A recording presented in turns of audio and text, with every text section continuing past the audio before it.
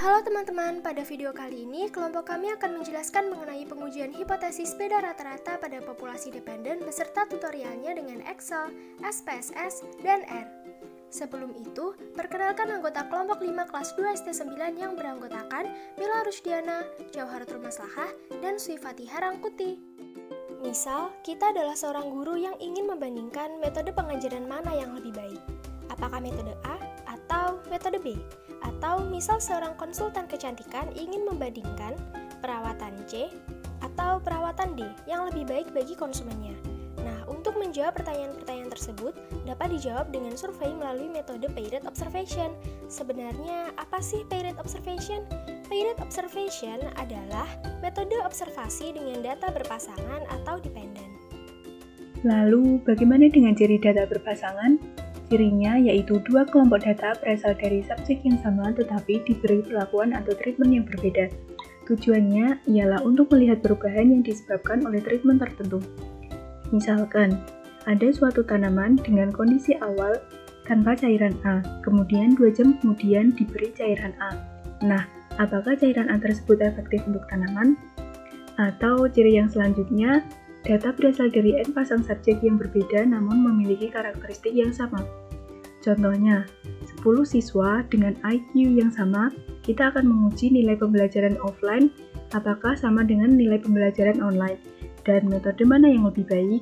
Maka pengerjaannya, pertama-tama kita tentukan dulu hipotesisnya. H0 adalah mu D sama dengan D0. Alternatifnya mu D lebih kecil pada D0, mu D lebih besar pada D0, dan mu D tidak sama dengan D0.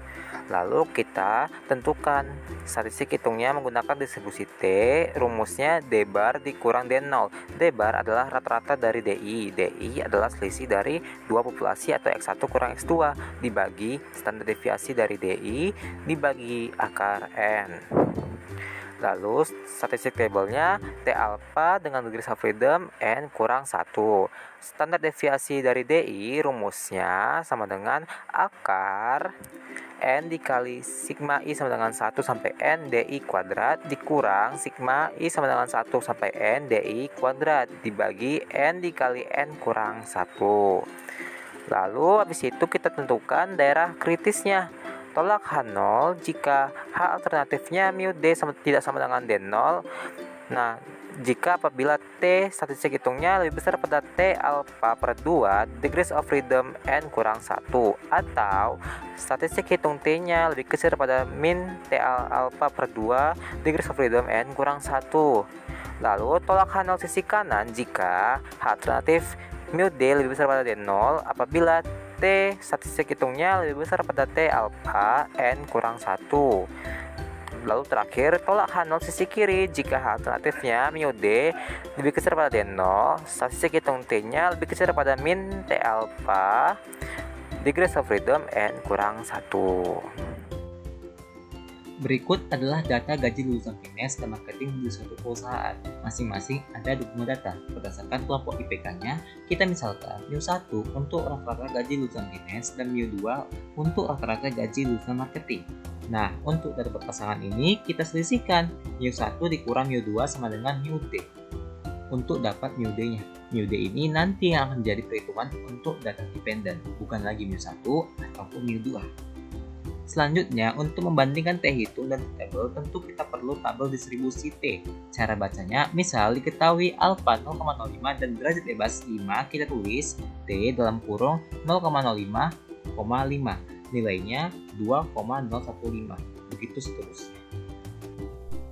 Contoh kasusnya, seorang guru mengkaji apakah perubahan metode pengajaran mampu meningkatkan nilai siswa. Disajikan nilai siswa ketika sebelum diajar dengan metode B dan sesudah diajar dengan metode B. Uji hipotesis pada tingkat signifikansi 5%, apakah terdapat kenaikan nilai siswa sesudah diajar dengan metode B, asumsi kedua populasi berdistribusi normal. Berikut data dari 20 siswa yang diamati nilainya. Gimana? Masih bingung? Untuk itu, simak tutorial penyelesaiannya dengan Excel. Nah, selanjutnya kita masuk ke tutorial Excel. Langkah pertama, input data metode A dan metode B, sejumlah 20 cases. Kemudian kita analisis dari soal, tentukan hipotesisnya, yaitu H0, D D0 sama dengan 0, dan H1 atau H alternatif D0 lebih dari 0.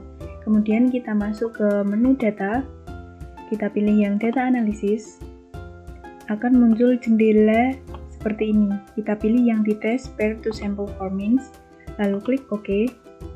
Nah, variabel 1 ring ini kita isi metode A yang di blok sejumlah 20 cases seperti ini.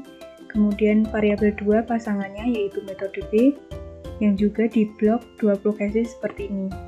Kemudian hipotesis mean difference kita isi 0 karena di soal tidak diketahui berapa spesifik rata-rata perbedaannya. Kemudian kita centang label dan alfanya 5%. Kemudian output range saya pilih F6. Lalu klik OK. Nah, akan muncul hasil seperti pada video ini. Kita tahu bahwa T-statnya ini 3,78 dan T critical one tail untuk sisi kanan 1,729. Nah, berarti bahwa T-stat ini berada di sebelah kanan T critical-nya. Keputusannya adalah tolak H0. Lalu, apakah penyelesaiannya juga bisa dengan SPSS? Jawabannya adalah bisa. Yuk, simak bersama. Menyelesaikan uji hipotesis data berpasangan, langkah pertamanya kita masukkan dari soal data nilai siswa sebelum metode B dan data nilai siswa setelah metode B. Dapat ukuran sampelnya 20. Hipotesisnya H0, D0 sama dengan 0. H alternatifnya D0 lebih besar daripada 0.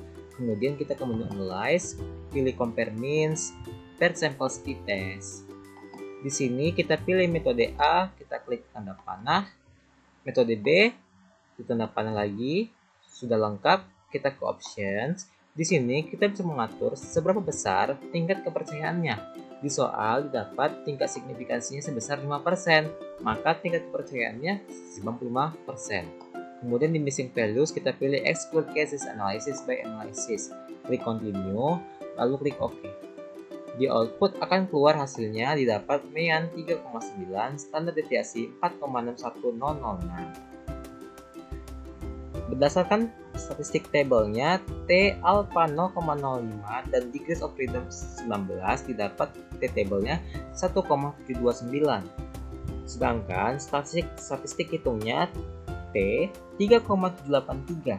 Ternyata lebih besar statistik hitungnya ya.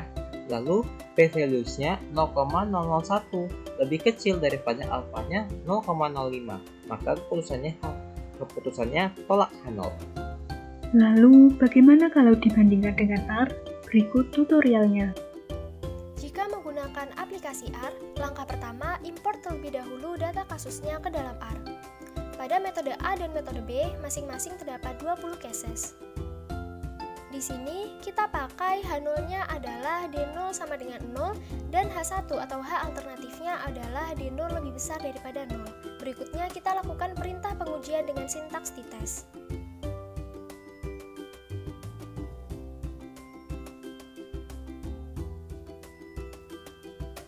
Pada isian paired, kita isikan true karena data di sini adalah data sampel berpasangan. Dan alternatifnya kita isikan greater karena tadi kita pakai H1-nya adalah D0 lebih besar daripada 0. Berikut outputnya kita dapatkan T-statistiknya sebesar 3,7833 dengan degrees of freedom sebesar 19 dan p-value sebesar 0,006284. Kita tahu bahwa p-value di sini lebih kecil daripada tingkat signifikansi 5% atau 0,05, maka keputusannya adalah tolak H0. Untuk yang terakhir, kita masuk ke kesimpulan. Yang pertama, yaitu dengan menggunakan Excel, kita tahu nilai T-stat dan T-critical yang nanti akan dibandingkan. Sekaligus di sini juga kita tahu nilai dari p-value-nya yang akan dibandingkan dengan alpha.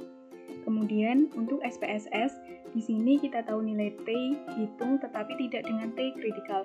Namun di sini juga kita tahu nilai dari confidence intervalnya. Sedangkan untuk R, di sini kita tahu nilai T-stat tapi tidak dengan T-tabelnya. Sehingga di R ini kita bisa membandingkan nilai dari p-value dan alfanya.